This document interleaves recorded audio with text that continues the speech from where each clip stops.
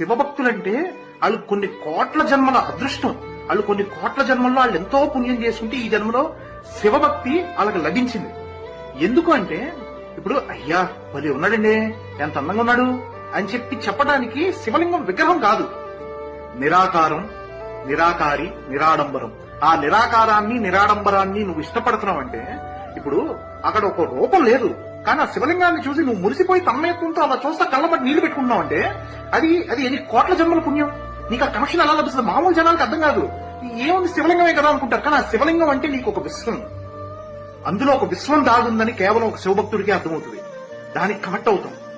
ఎందుకంటే శివుడు materialistic things కి పెద్ద ఇంపార్టెన్స్ ఇవ్వడు. ఆయన మెటీరియలిస్టిక్ థింగ్స్ ఇవ్వగలడు, కానీ ఆయన మెటీరియలిస్టిక్ థింగ్స్ కి ఇంపార్టెన్స్ ఇవ్వడు. ఆయన ఏం ధరిస్తాడు?